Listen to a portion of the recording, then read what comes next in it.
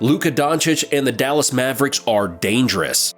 In today's video, we'll discuss why Luka Doncic and the Dallas Mavericks are a dangerous team in the Western Conference. But before we start, please make sure to like, comment, and subscribe to the channel for more content just like this. Now, without further ado, let's get started. Last season, Luka and the Mavs finished 4th in the Western Conference with a 52-30 record. They were one of the top teams in the league, with Luka leading the charge. He averaged 28 points, 9 rebounds, and 8 assists, and established himself as one of the best players in the NBA. Despite their positive record, as a team, they weren't elite in any category. They were ranked 19th in three-point percentage, 18th in field goal percentage, and 16th in free throw percentage. Worse yet, they were 3rd in turnovers. This proves just how much they leaned on Luka for production, and he definitely did his job. So well, in fact, that he led them to the playoffs, where they defeated the Utah Jazz in 6 games in round 1. The next round, they faced off against the Phoenix Suns, where they were considered the underdogs, which proved to be true.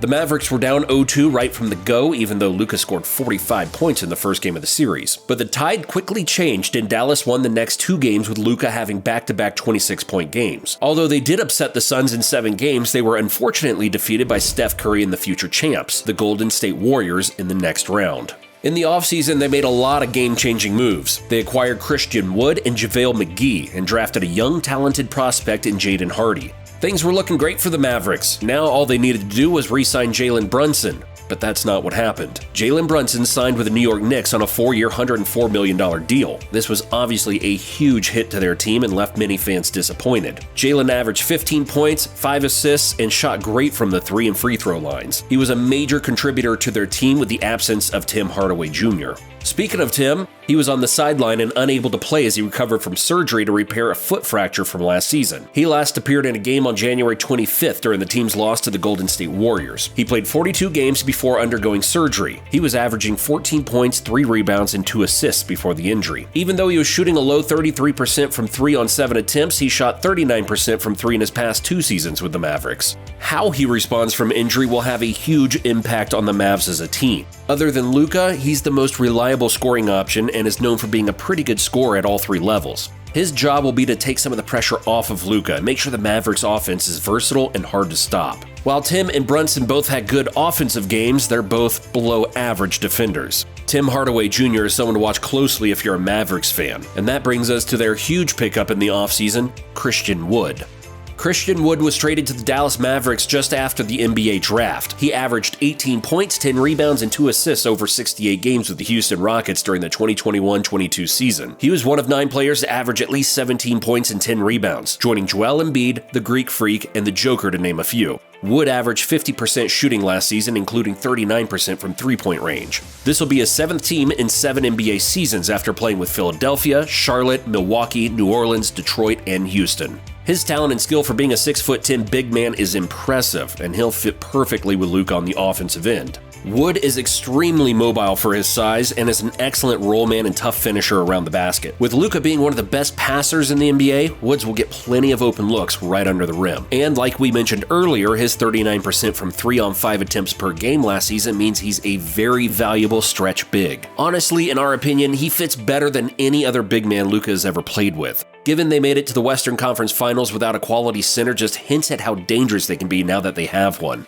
Christian is also a great rebounder and averaged 10 per game last season. He's great at positioning himself under the basket and fighting for boards. The biggest concern for Christian Wood is his defense and free throw shooting. He struggles to guard bigger players and often gets pushed around, showing little effort on that side of the court. He's not switchable either, which is pretty disappointing given how mobile he is. There shouldn't be too much concern though. Head coach Jason Kidd prioritizes defense and had the Mavericks looking amazing in the playoffs regardless. He has all the physical tools to be a solid defender, now it's just up to him and Coach Kidd to put all the pieces together.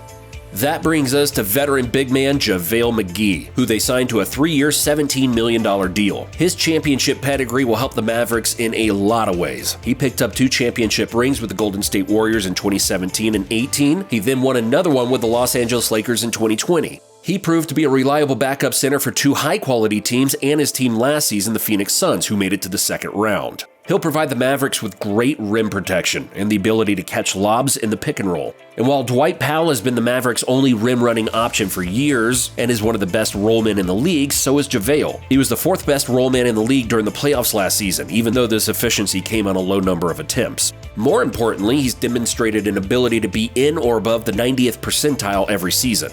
The difference between the two is that McGee is also an elite rim protector and rebounder. Powell is terrible in both areas. Now let's talk about that stout Mavs defense. It all starts with Dorian Finney-Smith. Dorian is one of the best defenders in the league and is the best defender on the Mavericks. At 6'7", he has a long 7-foot wingspan and he uses it to be disruptive. Smith is also one of the most versatile defenders in the NBA. He can guard 3 and sometimes even 4 positions on the floor. He showed this versatility in the first round of last year's playoffs against the Utah Jazz. He played such great defense that even Donovan Mitchell said that he was the reason he shot so poorly in Game 5. Through 5 games, Finney-Smith was matched up against Mitchell for just over 26 minutes. It was the most attention he had received from any Mavericks defender other than Reggie Bullock, who spent 25 minutes guarding Mitchell. With Finney-Smith defending him, Mitchell only had 5 field goal attempts and only made 3 for a total of 8 points. That breaks down to 1 field goal attempt and 1.6 points per game for Mitchell when Finney-Smith guarded him. An added bonus, he's only 29 years old and will be a top-level defender for at least another 4 or 5 years. Another impact defender is Reggie Bullock. He's been an incredible defender for the Mavericks, and we don't think they would have made it as far in the playoffs if it wasn't for his defense. He really takes pride in being a lockdown defender, and it shows. Reggie's hardworking and is the type of player who plays through the whistle no matter what, and that's exactly what his team needs. Maxi Kleber is a big-time contributor on defense as well. He's one of the more underrated defenders in the league and almost gets no credit for his versatility at 6'10", 240 pounds. He has the rare combination of quick foot speed, high IQ, sneaky athleticism, and great defensive fundamentals that make him a very unique defender for someone his size. While Luka may not be the best defender, he is certainly surrounded by some of the best of them. On offense, Maxi is just as good. He provides a great set of skills. He's a big man who has become a legitimately good shooter. He has the ability to pop up on the pick and roll, which makes his three-point shooting a dangerous weapon for the Mavs offense. Offensive versatility like that prevents teams from using both defenders to trap Luka. At the making of this video, the Mavericks have been having a pretty good preseason, coming off a great win versus Utah Jazz. It began with Luka, who had 24 points in 30 minutes before calling it a night after 3 quarters with the Mavericks ahead 82-79. He was joined in the lineup by Spencer Dinwiddie, JaVale McGee, Dorian Smith, and Reggie Bullock as expected. The second unit was a bit surprising in that it didn't include veteran Dwight Powell, the longest tenured Maverick at 8 seasons. Hardaway, Maxi Kleber, and Christian Wood got some time on the court. Christian Wood had 12 points and 10 rebounds, while Tim Hardaway Jr. had 20 points and was one of the few Mavericks who lit it up from the perimeter, hitting 4 of 5 three-pointers. The Mavericks did struggle with rebounds and protecting the rim, and it was pointed out by Jason Kidd after the game. Quote, "We got to see some different combinations, a lot of good stuff. We talked at halftime that we got to do a better job of protecting the paint and the rim. In the second half, we started to play the way we're capable. We said if we're going to shoot 53s a game, we're going to have to make some. You can't just be a jump shooting team like that. If you don't make any, you're going to find yourself on the other side of the column." All in all, the Mavericks have limitless potential. With a great head coach along with a young superstar, they could be a very dangerous team. Luka will most likely put up MVP caliber numbers this year, and with the great roster he has, who's to say he couldn't lead them to a championship in his 5th season with Dallas? Did you enjoy the video? If so, hit the like button and subscribe to NBA Swish for more amazing NBA content like this. Take care, and we'll see you in the next one.